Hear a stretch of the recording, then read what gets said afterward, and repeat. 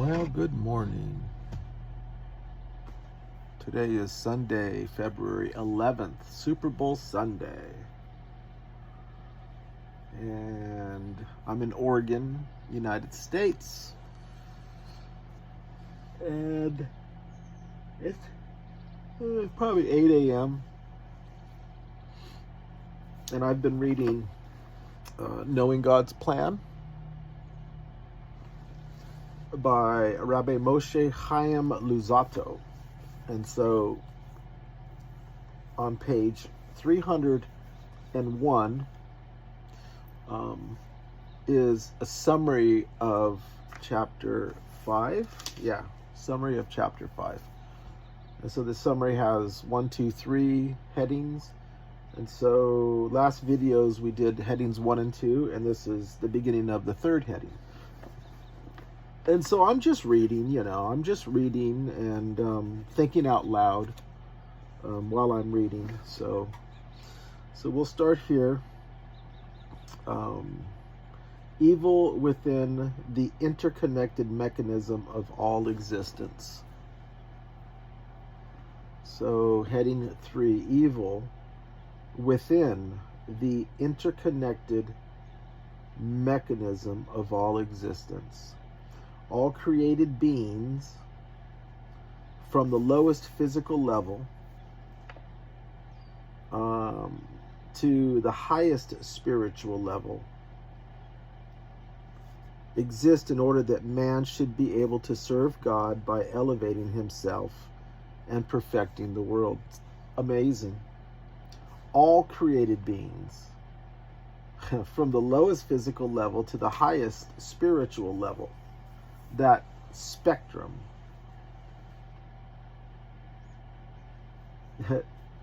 exists in order that man should be able to serve God by elevating himself and perfecting the world.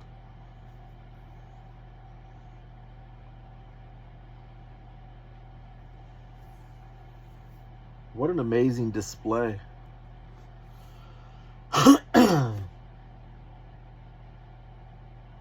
Can you imagine? Well, try to imagine. Everything we experience, we see, we feel, we touch, everything is here for that purpose.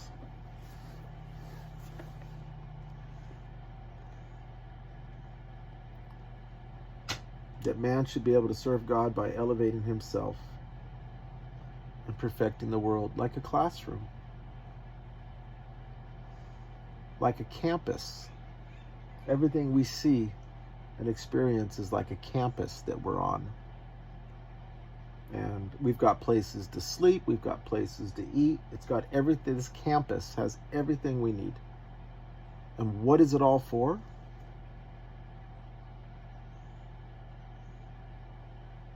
That we are able to learn how to serve God. How? By elevating ourselves and perfecting the world. God put in place a highly complex, interconnected system, my words are campus, in order to govern this process. Yeah, complex, you got that right. God made this entire system depend on the actions of man. Period. God made this entire system depend on the actions of man. So this cause and effect concept, clearly we have, I'm going to call it a privilege. We have the privilege of impacting this entire campus. What we do, think, speak, has an effect on everything in this campus.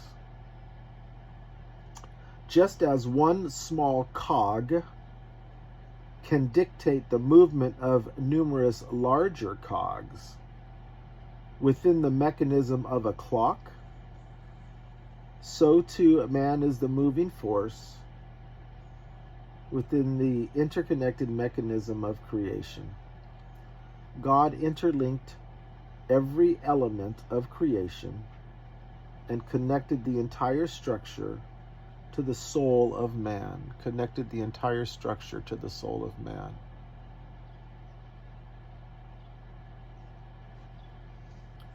The interconnectedness exists on a hidden spiritual level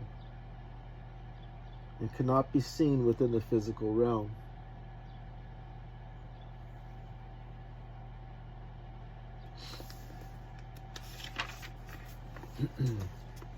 Evil is one of the things included within this interconnected mechanism. Every element of this mechanism is necessary for the process of revealing God's oneness during the 6,000 years of history.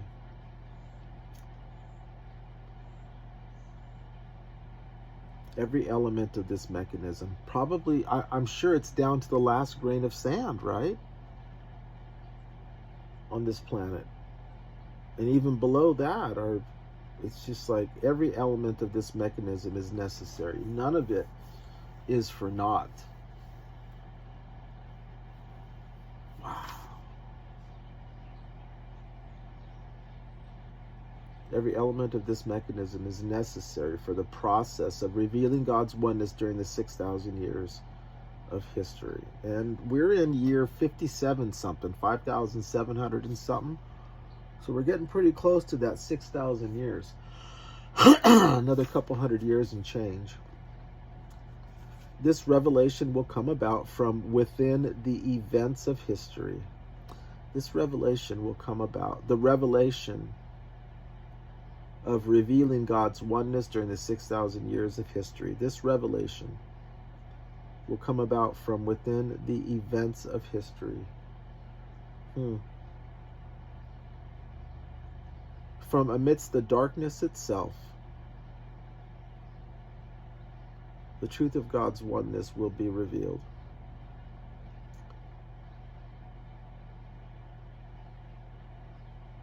So this revelation will come about from within the events of history. I'm still, having a hard time to wrap my head around that.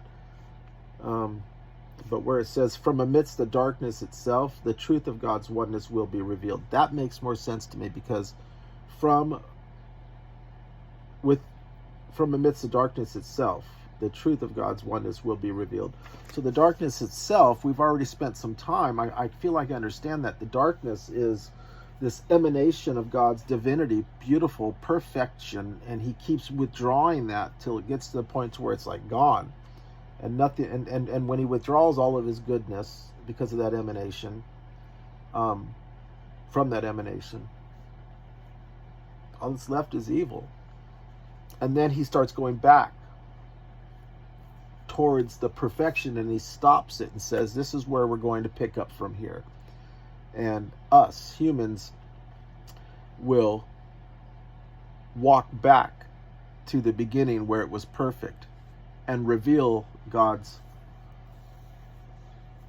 oneness. So I get that. From amidst the darkness itself, which is what we've lived in for almost 6,000 years, the truth of God's oneness will be revealed. Yeah, because we're going back to where it started, God's oneness. After that, we will bask in the radiance of God's presence for all eternity.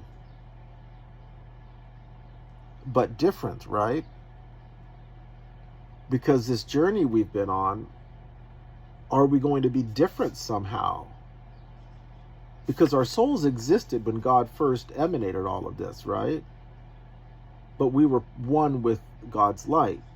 So I guess our souls became individual pieces, our individual souls from that wholeness, and get to go into these bodies and be reincarnated for 6,000 years.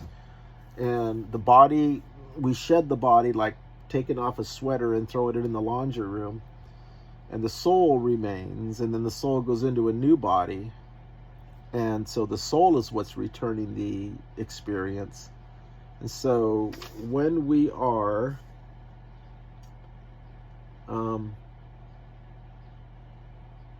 when we will bask in the radiance of God's presence for all eternity after this, we're going to be different, right? why did we need to go through this? Why do we need to go through these experiences to be different, I wonder? To be different. What are we going to do? Closeness, right? Closeness to God. Why weren't we close in the first place? Okay. All right. We do not know the details of this phase of eternal reward. Thank you. Except that it will consist of a multitude of different spiritual pleasures brought about by an attachment to God. Well, thank you. I could have just read that last sentence. Yeah. Okay. So we don't know the details of that phase of eternal reward. But what we do know is it's going to consist of a multitude of different spiritual pleasures brought about by an attachment to God. Brought about. Which sounds like the multitude of different spiritual pleasures are a result of our attachment to God. So it sounds like what's going to happen, one of the things that's going to happen is our souls are going to be greater attached to God, attached to God in a more greater way, greater experience of attachment to God, devekut. So through all of this is creating a greater attachment to God. The whole interconnected mechanism containing evil is relevant to the 6,000 years of history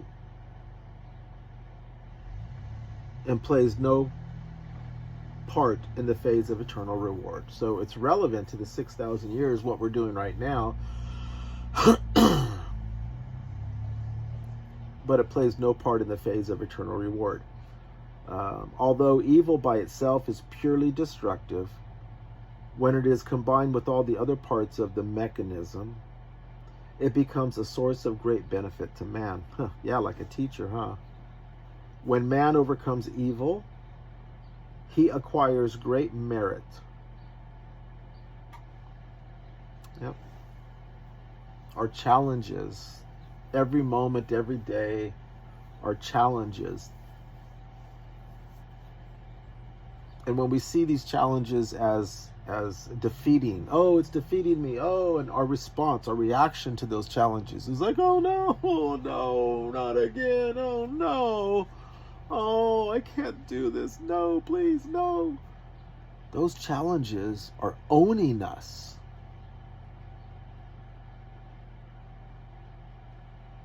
But as we grow, because of recurring challenges, we grow to a point it's like, I can't respond this way, like this anymore.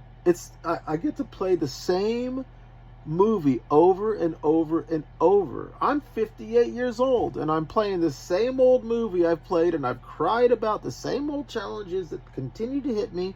I'm done with that. It's a dead-end street. I'm in the mud and my wheels are spinning. I'm not going anywhere. So I'm going to try something different now.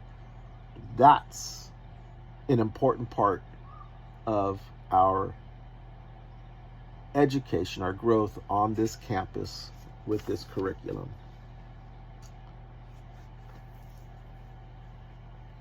When man overcomes evil, he acquires great merit. Evil will eventually be totally destroyed and the world perfected. If we look at evil from the point of view of the beginning of the process, it is something negative. I can't do this. No, I hate challenges. Like what? A 6-year-old? A 10-year-old? A 15-year-old when we're young? I don't like this. It is something negative. But from the point of view of the end, as we grow older, it too is for the good, as will now be explained. So I'm going to cut her off there, and I bet you we can finish this next video. And then we can start getting into chapter 6.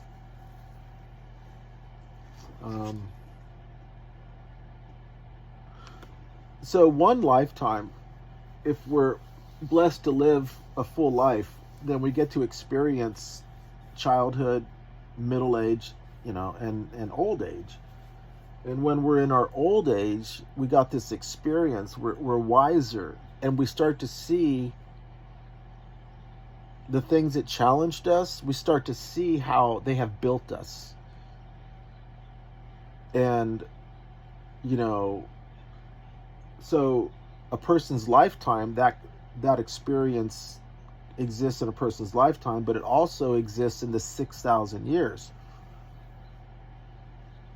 If you look at the 6,000 years as a whole lifetime of us as a collective,